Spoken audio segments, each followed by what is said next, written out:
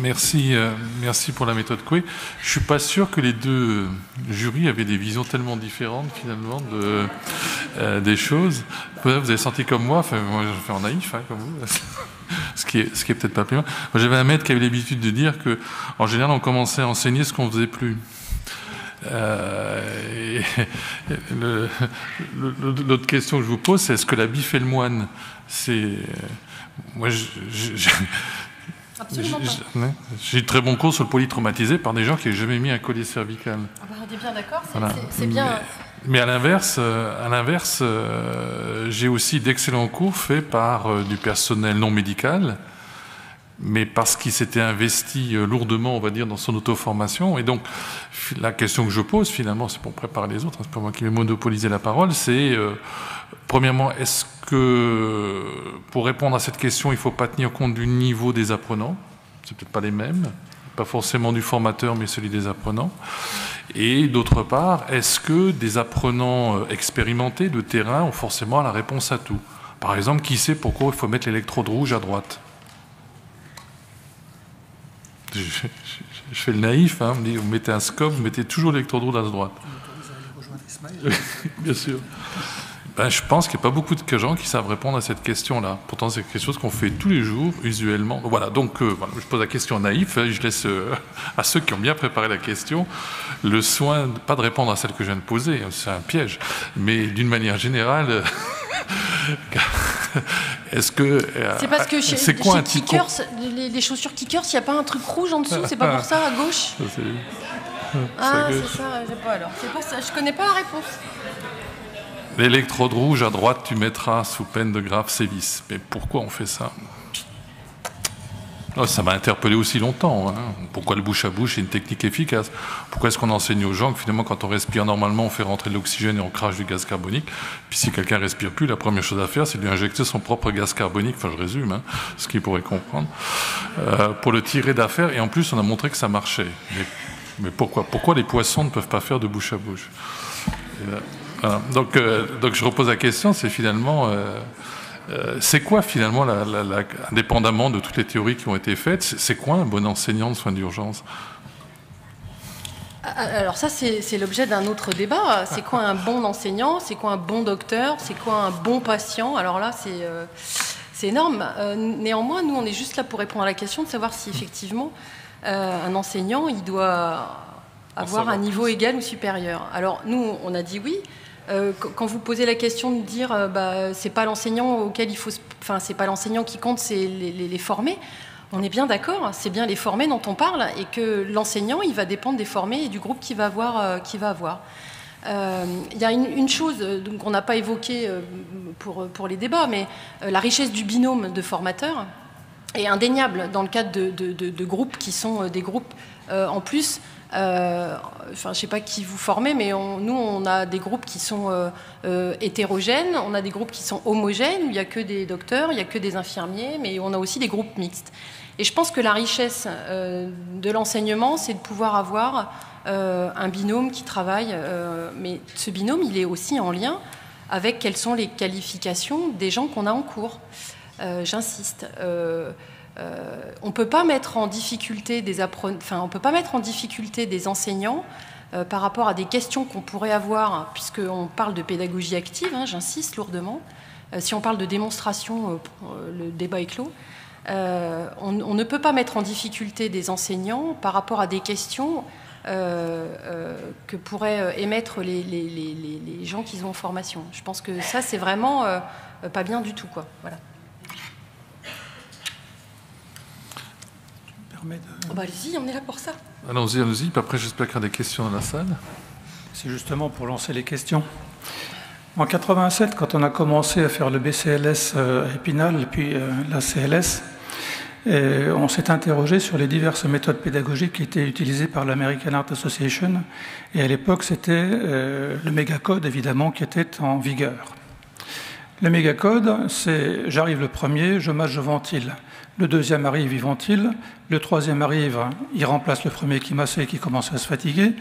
Et le premier devient chef d'équipe tout en ayant le défibrillateur en main. Quand le quatrième arrive, il pose la perfusion, il passe les drogues. La question était donc posée dans notre établissement, par parenthèse, qui a été le premier équipé totalement dans tous ses services de DSA dès 1996, dans notre établissement, s'est posé la question qui fait quoi quand se produit un arrêt cardiaque. Et la réponse que nous avons apportée passait par ce qui est maintenant devenu la FGSU1, c'est-à-dire que la première personne présente fait les premiers gestes, la deuxième les deuxièmes, etc. Et équipe homogène, équipe inhomogène. Équipe inhomogène, on s'adapte à la situation. Le plus compétent par rapport à la situation donnée prend la chefferie d'équipe, si je puis dire. Équipe homogène. J'entends par exemple 3 infirmières, un docteur. Les infirmières ont été radicalement étonnées quand j'ai dit « j'arrive en 3e, je remplace la première qui masse déjà depuis 10 minutes ». Oui, non, mais vous êtes docteur, donc vous devez prendre votre rôle de docteur. J'ai dit non. Premièrement, les gestes de base, c'est du sauvetage. Ensuite, on fait des gestes de secourisme adaptés avec les matériels dont on dispose. Puis, troisièmement seulement, nous arrivons, après avoir traité le malaise grave, avoir traité le symptôme arrêt cardiaque, nous arrivons au diagnostic étiologique, où là, effectivement, le docteur reprend sa place. Et donc, dans ces 3 S que Gunnar prenait déjà il y a de fort nombreuses années, j'oublie l'alerte, il faut la mettre quand même en premier, quand on pratique de cette façon et que l'on dit « chacun reste à sa place », on se plante. Quand on dit « tu arrives en premier, en deuxième, en troisième, en 4e, donc tu n'as même pas à poser de questions, tu n'as même pas à dire ce que tu vas faire ni pourquoi tu es là, tu fais ce qui est ton rôle de 3e ou de 4e. Dans ces conditions, il faut qu'il y ait une simultanéité d'action. Il faut qu'il y ait une compréhension des actions réciproques. Nous, on faisait déjà de la simulation en 87 sur les marques de l'époque, pas ceux de maintenant, qui sont évidemment aucune comparaison.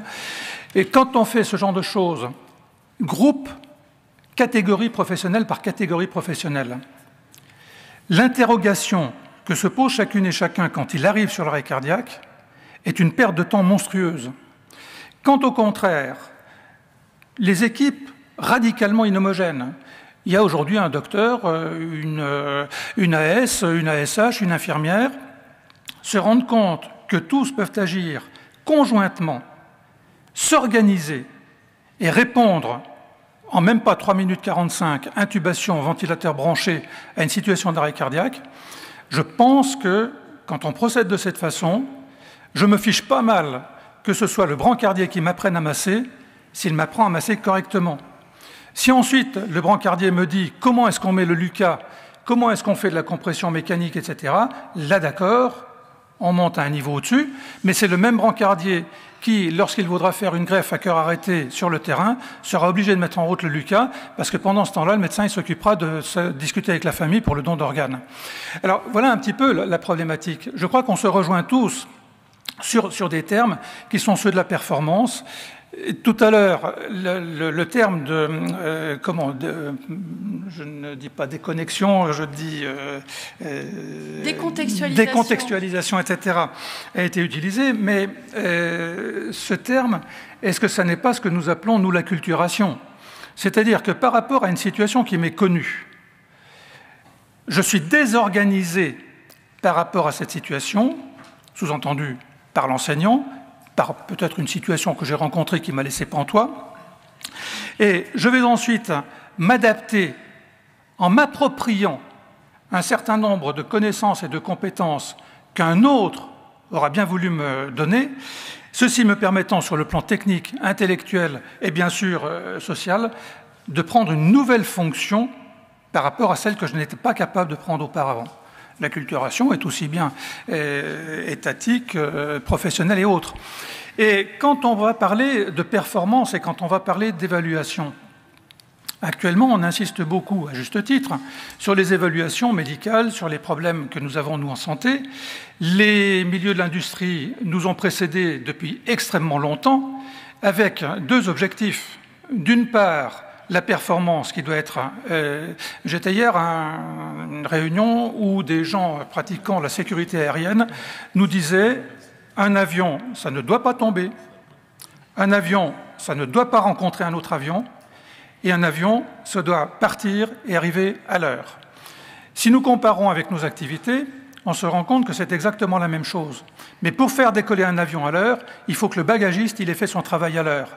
Et le personnel navigant, le pilote, le chef pilote, ne peut pas diriger le travail du bagagiste. Par rapport à l'enseignement. Non, mais justement, par rapport à l'enseignement, le chef pilote est tout à fait incapable d'enseigner au bagagiste à faire son travail, comme d'ailleurs le bagagiste est incapable d'enseigner à l'autre. Par contre, on est bien d'accord donc sur la qualification égale supérieure. Si les deux, dans une synergie pédagogique cette fois-ci, ont compris, parce qu'ils se sont réunis, qu'ils avaient des objectifs communs, à ce moment-là, nous prétendons que l'un peut apprendre des choses à l'autre et réciproquement. L'ambulancier est capable de me faire correctement de la manutention. L'aide-soignante saura comment donner à manger au tétraplégique pour qu'il ne fasse pas une fausse route et donc que je n'ai pas à l'inspirer ou à l'intuber. La réciprocité ne sera pas vraie et les compétences et qualifications sont des fois radicalement opposées les unes par rapport aux autres. Et la personne la plus compétente dans un domaine donné, si nous lui donnons le bagage pédagogique, est celle que je préférerais me voir faire un enseignement plutôt que quelqu'un qui n'a justement pas cette compétence et qui ne pourra donc pas m'enseigner à juste titre les choses à apprendre. C'est facile de dire vous intubez, vous aspirez, mais quand le premier geste, donner la béquille, n'a pas été correctement fait, je crois qu'on rate un des objectifs pédagogiques communautaires, si nous pourrons dire. Qui n'a pas de questions à poser? Sinon, j'en déduis que tout le monde a une question à poser. Oui. C'est pas une réelle question, c'est plus une remarque. Pas un micro. Vas-y Frédéric, on sait que ta voix porte. Oui. Vas-y. Donc, je me présente, je suis Frédéric Sica, je suis formatrice au Sinus 67, ambulancière de... Ah, mais c'est chez nous, ça. Moi, ce qui m'interpelle dans vos choses, là, c'est que quelque part, on pourrait dire que nous, au CESU, on a pour habitude, effectivement, de former avec des formateurs de niveau équivalent, voire supérieur. En tout cas, toujours en binôme, et toujours au moins un des deux du binôme de qualité, de qualification égale ou supérieure. Mais ce qui fait que je vous écoute, j'ai l'impression, enfin, je pourrais penser à certains moments que vous avez raison tous les deux, mais à mon avis, ça va dépendre beaucoup de la pédagogie qui va être utilisée. Bien sûr. Parce que moi, je me sentirais à l'aise pour enseigner à des médecins, par exemple, pour relevage, pour garder à une autre efficace, la prosthèse cervicale, chose que nous avons dans leur cursus, mais avec une pédagogie démonstrative. Vous faites comme ça, point terminé. Mais si je dois appliquer une autre pédagogie, on va commencer à me poser des questions par rapport à des lésions, machin, des trucs, machin, je ne vais pas être à l'aise, forcément. Je n'ai pas du tout le niveau en anapathie, enfin en truc, que les médecins auront eu de par leur cursus. Donc je pense que vous avez peut-être raison tous les deux, mais ça va dépendre beaucoup de la pédagogie qu'on va utiliser. Dans le cadre de ce que vous... De toute façon, oui, je suis d'accord que ça va dépendre de la pédagogie utilisée. Si on utilise une pédagogie qui est démonstrative, on peut s'en sortir en faisant coucou avec les pattes arrière. Néanmoins, je voudrais quand même revenir sur ce que vous avez dit et sur lequel je ne suis pas d'accord. On n'est pas là pour former c'est qui le premier qui arrive sur le machin. On est là pour former des gens qui vont travailler et interagir en équipe avec des niveaux de qualification différentes. Et que, effectivement, ils doivent agir et interagir avec des qualifications différentes, mais chacun dans son domaine. C'est-à-dire qu'effectivement, à un moment donné, le docteur, il doit prendre son rôle de docteur. Et que l'infirmière, elle doit être remplacée pour qu'elle puisse poser une voie veineuse. Et que, heureusement que le quatrième intube pas, parce que si jamais c'est le brancardier qui arrive, je suis désolée avec tout le respect que j'ai pour lui, mais le patient, il ne va pas être intubé tout de suite. Donc, c'est pas une question de... C'est le premier qui dit qui est, c'est une question de pouvoir faire des enseignements en interaction, en interdiscipline, avec des gens avec qui on travaille tous les jours sur le terrain et qui n'ont pas les mêmes fonctions et qui sont par contre des maillons indispensables à une bonne prise en charge. Les uns ne peuvent... Enfin, à mon sens, les uns travaillent avec les autres et on est tous, à un moment M, tous en action pour un patient, pour plusieurs souvent, mais très clairement, c'est cette notion de... Je veux dire, le miel, ça se fait pas qu'avec une seule abeille. Hein. Enfin, ça se fait avec plein d'abeilles dans la ruche. Voilà. Comment? Mais de la même... pour un petit peu conforter ce que tu viens de dire, enfin pour aller dans le même sens, on a travaillé longtemps au SMUR de Strasbourg en étant 2 ambulanciers et un médecin sur les véhicules. C'est vrai que quand sont arrivés les infirmiers en 2000, c'était quand même une compétence supplémentaire au profit du patient. Je veux dire, on est bien d'accord. Nous, on ne pouvait pas perfuser. L'infirmier, il pouvait tout de suite mettre en place une voie veineuse. C'était quand même, pour le patient, c'était quand même un bénéfice. Clairement, indéniable. Et Donc, que on chacun a des soit utilisé compétences. à sa juste compétence Et au on est moment donné, complémentaires. ça me paraît être logique. Et l'enseignement doit viser à ça. Et l'enseignement doit viser à ça. Et que l'enseignant qui connaît les contraintes des uns et des autres est à mieux d'enseigner à ce moment-là le soin d'urgence parce qu'il connaît les contraintes. C'est évident. Bonjour, je m'appelle Alexandra Maurine, je suis formatrice en IFSI à Nîmes et je suis aussi par ailleurs donc formateur à FGSU. Je travaille avec les CESU de Nîmes évidemment et comme j'aime bien allier le terrain avec la formation, je suis aussi infirmière sapeur-pompier. Donc ce qui me donne une certaine complémentarité. Nul n'est parfait, vous savez. Voilà, je l'attendais. Je l'attendais. Donc, en fait, je fais de la FGSU en formation initiale à l'école et je fais de la formation aussi continue. Et notamment, c'est par rapport à la FGSU 1, le niveau 1, que je fais auprès des professionnels donc travaillant en établissement sanitaire et qui ne sont pas, évidemment, soignants, pour la plupart. Donc, dans cette affirmation, un enseignant doit être un soignant de qualification de niveau égal et supérieur. Il m'arrive fréquemment d'être formatrice auprès de directeurs d'établissement. Donc, en gros, je suis l'infirmière ou le cadre de santé qui n'a pas le même niveau que des directeurs d'établissement. Vous êtes un soignant. Et de toute Je façon, suis en un soins, soignant. Vous êtes d'une qualification supérieure. Tout à fait. Mais dans l'affirmation que vous disiez tout à l'heure, c'est-à-dire à un moment donné, vous disiez effectivement dans ce que... excusez-moi, je recherche ce que vous disiez. Vous disiez, oui... qu'il fallait un sentiment d'appartenance. D'ailleurs, je crois que vous aussi, vous l'avez dit à un moment donné. Un sentiment d'appartenance à la personne qui nous enseigne. C'est compliqué parce que parfois, effectivement, on a ce sentiment de dire, bon, ben oui, je suis la formatrice à l'école infirmière, je ne suis pas du tout directrice d'établissement. Et ça a parfois un effet dévalorisant, on va dire, si on se sent un petit peu attaqué. Enfin, en ce qui me concerne, non, mais voilà, c'est ce qui peut transparaître. Par contre, j'aimerais juste, dernier point, parler de l'adaptabilité. Vous parliez à un moment donné du métier et de dire que c'était important qu'on s'identifie par rapport à ce qu'on a fait. Mon cursus fait que effectivement, j'ai travaillé dans plusieurs établissements, des urgences, des établissements qui accueillent des enfants polyhandicapés, notamment. Et donc, quand je fais des formations, notamment auprès d'établissements sanitaires et sociaux, il y a ce sentiment d'appartenance. Et ben oui, parce que j'ai travaillé en établissement de personnes handicapées et tous les cas concrets que je peux mettre en place, effectivement, sont toujours adaptables à la situation. Donc, voilà, c'est un petit peu un sentiment partagé, et d'un côté comme de l'autre. Voilà, c'était juste par rapport à cette adaptabilité que je voulais intervenir et qui, à mon sens, est très important. Voilà. Je pense qu'il ne faut pas se tromper non plus de sémantique. Et la qualification, c'est quelque chose, on a essayé de vous démontrer, mais tout le monde est d'accord que vous êtes tous en train de parler de compétences. C'est pas une question de qualification. Moi, le débat, il est là.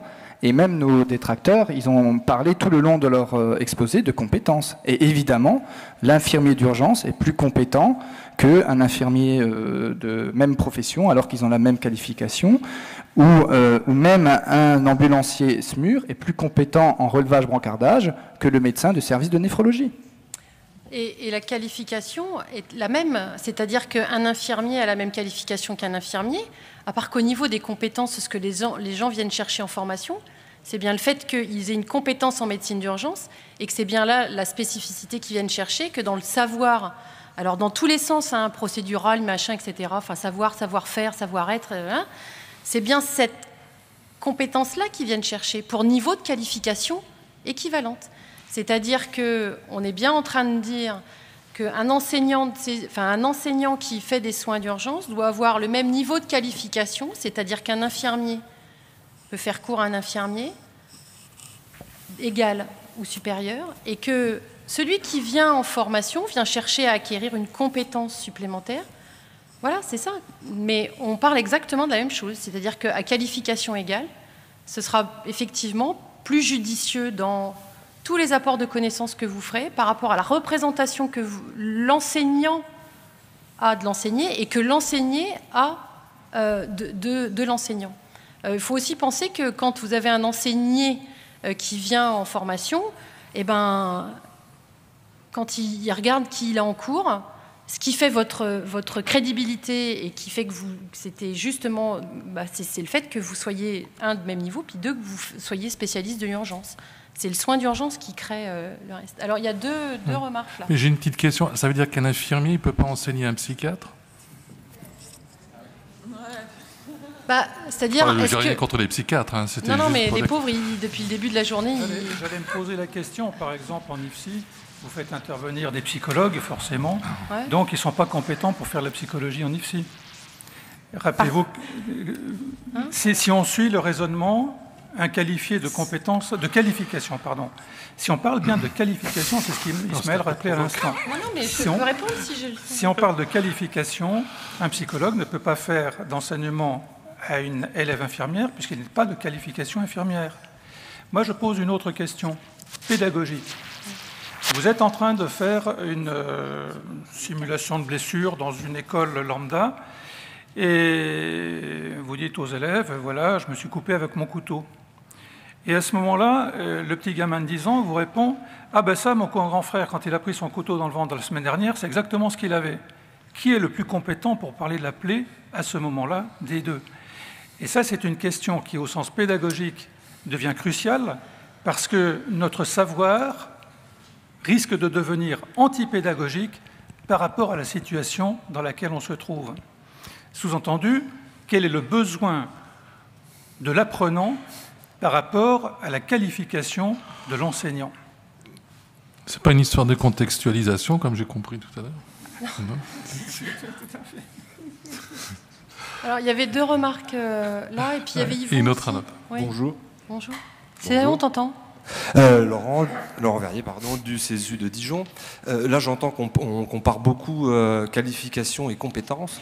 Alors, je voudrais dire que, de mon point de vue, pour un problème logistique, quand on prévoit des formations des FGSU, on a connaissance du niveau de qualification des apprenants qui vont venir, mais on n'a pas notion de toutes les connaissances qu'ils ont ultérieures. Donc, je pense effectivement que le seul moyen qu'on a de déterminer l'enseignant qu'on va mettre en face, c'est de mettre un niveau de qualification équivalent. Alors, je sais que dans la plupart des CESU, les enseignants les formateurs sont ambulanciers, infirmiers, médecins. Donc, quand on enseigne à cette population-là, aides-soignants aussi. Donc, quand on enseigne aussi à une population équivalente, ça ne me pose pas de souci. Mais qu'en est-il quand on enseigne à des professions dont le niveau n'est pas forcément facile à comparer? Je vais vous donner un exemple. Est-ce qu'un infirmier peut enseigner à des sages-femmes? Ça dépend quoi? De la FGSU, des GSU. Je parle toujours si c'est l'accouchement, c'est dangereux. Alors, passe pas sur l'accouchement, je pense. Non, mais parce que quel est le niveau hiérarchique, si vous voulez, entre un infirmier et une sage-femme? C'est un peu délicat. Alors là, je pense qu'il ne faut pas parler de niveau hiérarchique. C'est pas une question de hiérarchie, c'est une question vraiment de qualification. Et puis de ce qu'on enseigne. Alors, il y a une sage-femme dans la salle qui est juste derrière vous et qui tend les doigts. C'est pas pour vous faire un toucher vaginal, c'est pour avoir le micro. Donc on va laisser Marianne Corbillon répondre à la question puisqu'elle est sage-femme enseignante. Merci Carole pour ta verve habituelle.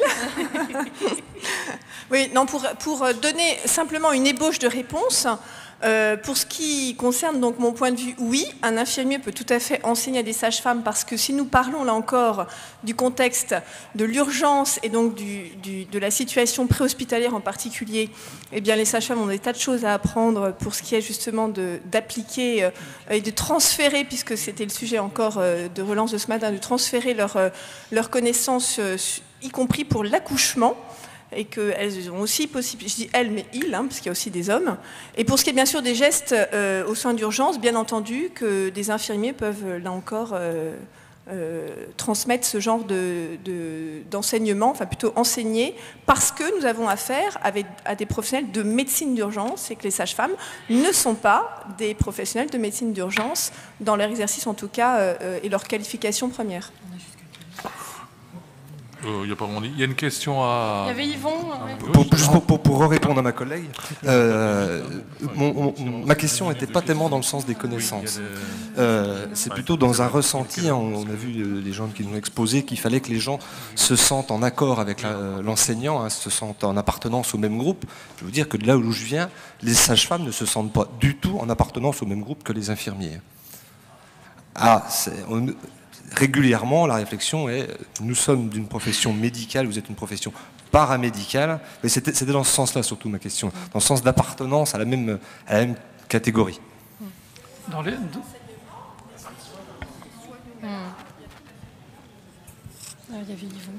Dans les Vosges, cette relation a été résolue simplement. La présidente de l'Ordre des sages-femmes a accepté de me recevoir. Nous avons débattu ensemble des compétences qu'il fallait avoir pour prendre en charge, par exemple, une parturiente qui, en postpartum, faisait soit une crise par exemple, une embolie pulmonaire ou une embolie amniotique de quelque nature que ce soit.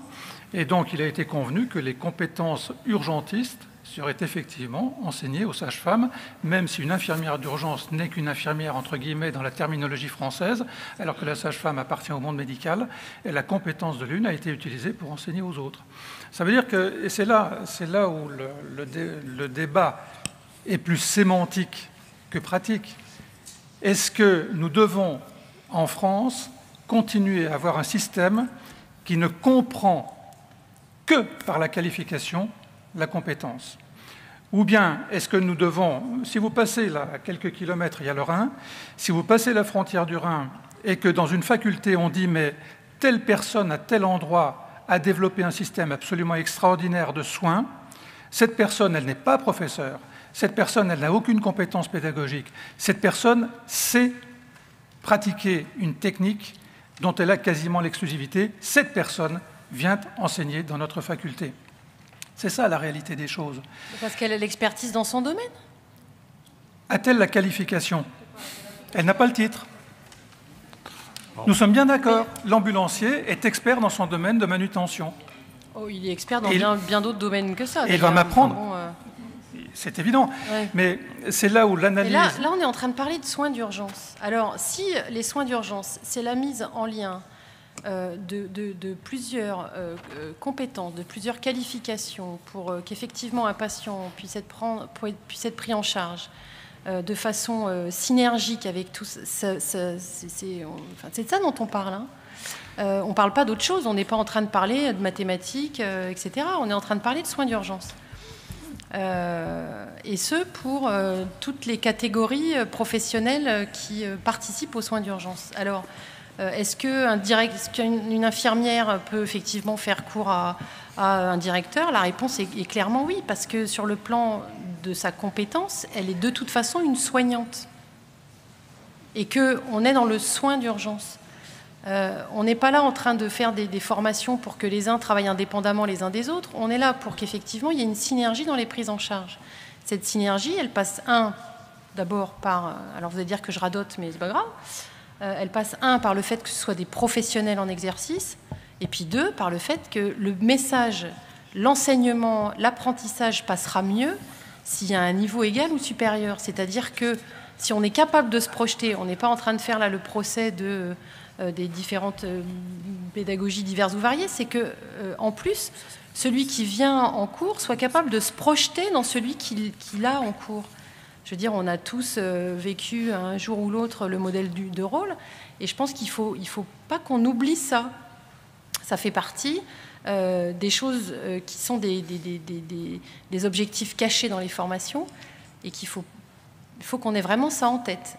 Sinon, vous allez vous mettre en difficulté, et 2, vous n'allez pas avoir une formation qui est crédible par rapport au regard que vous portent les gens. On va encore prendre la question qui est à droite. Oui, alors bonjour. Alors, Yvon, infirmier au centre de simulation à Brest. Alors moi, j'ai 2 questions. Alors, c'est ni un avis ni une expérience. Carole, tu as dit tout à l'heure qu'il y avait une étude qui avait été faite pour connaître la position des formateurs. Est-ce qu'il existe une étude qui a été faite pour connaître la formation des apprenants? Quel type d'enseignants ils aimeraient avoir? Et la deuxième, j'ai vu que dans la foulée, que Strasbourg était la capitale de l'Europe. Qu'en est-il des expériences européennes ou voire plus dans le domaine? C'est-à-dire, est-ce que en Allemagne, en Belgique, voire aux États-Unis, le niveau est respecté de qualification? Alors oui. Pardon. Non, mais je vous en prie. Bon, je vais répondre moi pour l'Allemagne, parce que c'est un sujet qu'on connaît bien, mais c'est valable dans pas mal. L'originalité de la France, c'est d'être extrêmement médicalisée, d'une part, et la deuxième caractéristique, c'est d'être extrêmement hospitalier. Si on passe en Allemagne, donc dans le land qui est en face de nous, c'est le Bade-Wurtemberg, le monopole des secours est assuré par la Croix-Rouge allemande, qui s'appelle la DRK. C'est un organisme non gouvernemental qui a une mission de service public et qui assure à la fois la mission, par exemple, de centrale d'appel. Donc en fait, il joue le rôle du SAMU, du SMUR, de l'ambulancier privé, c'est un métier qui n'existe quasiment pas en Allemagne, et d'enseignants de soins d'urgence. Et tout ceci se fait dans des écoles, des instituts qui sont totalement indépendants de l'hôpital et qui relèvent totalement de la Croix-Rouge. Et tous les 5 ans, les Landes mettent au concours les secours d'urgence et traditionnellement, c'est la Croix-Rouge ou dans d'autres Landes, c'est l'Ordre de Malte. Mais donc des ONG donc c'est un système. Et les pompiers, par exemple, le secours à personne chez les pompiers en Allemagne, ça n'existe quasiment pas. Ça existe dans les grandes villes, mais pour le reste du pays, c'est assuré totalement pas. Si on monte encore un peu plus dans le nord, dans les pays scandinaves, c'est totalement privé. Il faut payer même pour les secours et il y a 2 grosses sociétés qui se partagent le marché. C'est la Falk, qu'on ne connaît pas beaucoup ici, puis une autre qu'on connaît bien, c'est Securitas, qui vous fournit des... Ils sont formés par eux-mêmes, plus des médecins référents qui en font partie. En Allemagne, quand une équipe a une difficulté, elle appelle un médecin qui se déplace depuis un hôpital, dans le cadre de conventions passées, mais l'immense majorité des interventions se font sans médecin, et donc les formations se font dans des instituts de formation, avec des formations assez longues, puisque le secouriste professionnel, on va dire allemand, a une formation de 3 ans à peu près. Dans certains landes, c'est intéressant en termes de transfert de compétences, notamment ceux du Nord, région de Hambourg, où il y a une grosse désertification médicale, et c'est un peu comme aux États-Unis, ils peuvent intuber par exemple. Ils ont une certaine autonomie, ils endorment à la kétamine. Ils font ce genre de choses. En dehors de... Alors c'est très protocolisé, mais c'est par rapport aux habitudes que nous on a et notre manière de travailler, c'est totalement différent. Donc là, on a des professionnels de santé qui sont extrêmement compétents à la fois au sens juridique du terme, parce qu'ils ont l'autorisation de le faire, compétents en termes de qualité gestuelle, puisqu'ils savent également le faire, et ils aiment beaucoup travailler avec nous quand ils ont des problèmes, parce qu'on fait des secours transfrontaliers, parce que contrairement à l'Allemagne, la France a de bons médecins urgentistes en préhospitalier, et ça fait une bonne combinaison avec les notards allemands, mais quand ils ne nous ont pas sous la main, ils sont obligés de faire appel aux médecins de l'hôpital. Ça peut être n'importe qui, ça peut être le psychiatre, ça peut être le dermato, ça peut être celui qui est désigné ce jour-là pour être le médecin d'urgence. C'est pas forcément un médecin compétent dans l'urgence. Et donc là, on est dans une situation quasiment inverse, où on a des paramédicaux qui ont un niveau de formation et de compétence dans le domaine de l'urgence qui est très très supérieur à celui des médecins. En France, on a aussi un peu ce problème avec les infirmières et les anesthésistes. Quand vous mettez dans un même véhicule une IAD et un médecin débutant, on ne sait plus très bien qui est le plus compétent des deux, ou le plus, etc., etc. On peut multiplier les exemples comme ça. Donc, on retrouve les mêmes systèmes. Ensuite, plus on descend dans le reste de l'Europe, plus on trouve des systèmes similaires aux nôtres, on va dire. Espagne, Portugal, Italie, c'est à peu près pareil. Mais là, c'est pour ça que c'est pas facile de comparer. On fait... Si vous êtes disponible le 22 janvier, je fais un peu de pub, l'année prochaine, donc 2012, on fait une journée de médecine d'urgence transfrontalière à cheval entre l'Allemagne et la France avec des traductions simultanées, donc que tout le monde comprend. Et on compare à la fois les réglementations et aussi les techniques. Et je pense que si on avait invité des Allemands aujourd'hui dans ce débat, ils auraient eu une vision assez différente de la compétence des gens. Un autre exemple, qui n'a rien à voir avec les Allemands, c'est dans les enseignements nouveaux et en termes toujours de compétences, c'est le NRBC. Quand le NRBC était introduit, on était tous massivement incompétents. Et finalement, nous, on avait des infirmiers qui étaient des militaires réservistes qui en savaient beaucoup plus que nous. Avant que les décrets sur le défibrillateur, les derniers, ne paraissent, c'était un peu rigolo puisque la défibrillation semi-automatique faisait partie du rôle non pas du rôle propre de l'infirmière, mais faisait partie des gestes qu'elle pouvait effectuer en présence d'un médecin. C'est ce que disait le texte de 93, qui est une absurdité fondamentale. Donc pour vous qui étiez à la fois infirmière et sapeur-pompier, si vous défibrilliez avant 2007, je ne sais plus 2006, 2007, je ne sais plus quelle est la date exacte du texte, on ne savait pas très bien finalement, et on pouvait se retrouver dans cette situation paradoxale où face à un arrêt cardiaque intra-hospitalier, le seul compétent pour défibriller c'était le brancardier, parce que lui il était sapeur-pompier volontaire éventuellement dans le civil, et lui le texte prévoyait qu'il puisse utiliser un défibrillateur. Donc je reviens à cette notion à cause de l'aspect qualification-compétence. C'est pas parce qu'il y a un texte qui dit ou qui dit pas qu'on a le droit de faire des choses que les gens sachent le faire et que d'autres quelqu'un qui ne serait pas compétent, enfin on peut être non compétent mais qualifié, ou au contraire on peut être théoriquement compétent, un médecin omniscient par exemple. Si on vient au problème, je pourrais me lancer dans une césarienne, bon, faudrait que je le justifie après, hein. Mais quand on regarde les textes, je peux. D'ailleurs, le Conseil d'État s'y est pas trompé, puisque des médecins qui demandaient à ne pas travailler aux urgences au prétexte qu'ils étaient très spécialisés dans d'autres domaines se sont fait renvoyer dans leur but par le Conseil d'État qui dit vous êtes docteur, vous pouvez faire des urgences. Donc ils sont compétents, mais pas qualifiés. Alors, en ce qui concerne l'Amérique les États-Unis et puis nos amis canadiens et québécois, clairement, ils ont, au niveau de leur formation, les médecins forment les médecins, les infirmières forment les infirmières, et ça, c'est dans les formations initiales. Dans les formations continues, je ne sais pas. Voilà. Mais en formation initiale... Il y a plusieurs questions qui sont sous-jacentes, évidemment, à tout ce débat. L'une des questions sera le LMD, par exemple, pour les infirmières. Quand une docteure infirmière dira à un docteur médecin « T'es docteur, je suis docteur, c'est moi qui décide, c'est pas toi », on verra tous les deux. Tac. Donc, on doit probablement anticiper sur pas mal de situations pédagogiques et autres. Je pense que dans le propos que nous avons eu avec Ismaël, nous avons souhaité montrer qu'un certain nombre de ressources actuellement, d'excellentes ressources pédagogiques, ne sont pas utilisées ou ne sont plus utilisées, ce qui est un peu différent. Et dans certains débats antérieurs, je m'étais permis de m'exprimer et ça avait fait réagir assez fortement certaines assemblées. Et quelle est la place du qualifié? Est-ce que, et c'était la question sur le prix Nobel que nous posions tout à l'heure, est-ce que le qualifié a pour fonction d'être également l'enseignant de toutes les masses?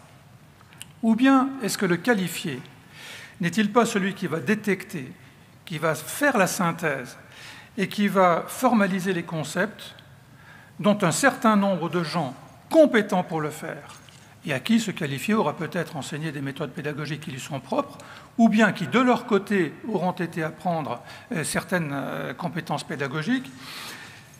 Ces personnes, ensuite, faisant leurs exercices professionnels, exécutant leurs fonctions pédagogiques, redonneront aux qualifiés les autres fonctions que seront l'évaluation et l'ouverture à la réflexion individuelle. Je veux dire qu'effectivement, qui corrige une copie d'élèves d'anesthésie ou qui corrige une copie d'IDE? Il y a un binôme, docteur-infirmière. Et on considère toujours que dans les systèmes où ça ne marche pas bien, la voix du docteur est prépondérante sur celle de l'infirmière. Je me considère nullissime dans la correction d'une copie pour une fonction que je ne connais pas. J'entends par là que je ne suis pas soignant, je suis médecin. Mon appréciation sera une évaluation de ce qui est contenu dans la copie, mais ne sera pas forcément valable pour la compréhension de l'exercice professionnel. Donc, pédagogiquement, ma correction sera mauvaise. Néanmoins, de toute façon, une copie ne va pas vous donner des informations sur la compétence professionnelle des gens. Il m'est arrivé de mettre la moyenne à une fille en DE d'État qui n'avait pas traité la question. Tout simplement parce que la façon dont elle avait traité la question était tellement brillante que le binôme que nous étions, et le jury d'ailleurs l'a confirmé, considérait que cette fille, il lui suffisait de voir une seule fois la question pour qu'elle la connaisse par cœur et qu'elle sache la traiter. Cela veut dire que dans ce débat, le fait de superviser l'atteinte d'un objectif le fait d'ouvrir la réflexion individuelle par rapport à des objectifs personnels ou collectifs, ça, pour nous, c'est le vrai rôle de l'enseignant, qualifié plus que l'apprenant. Je n'ai pas compris. Les compétences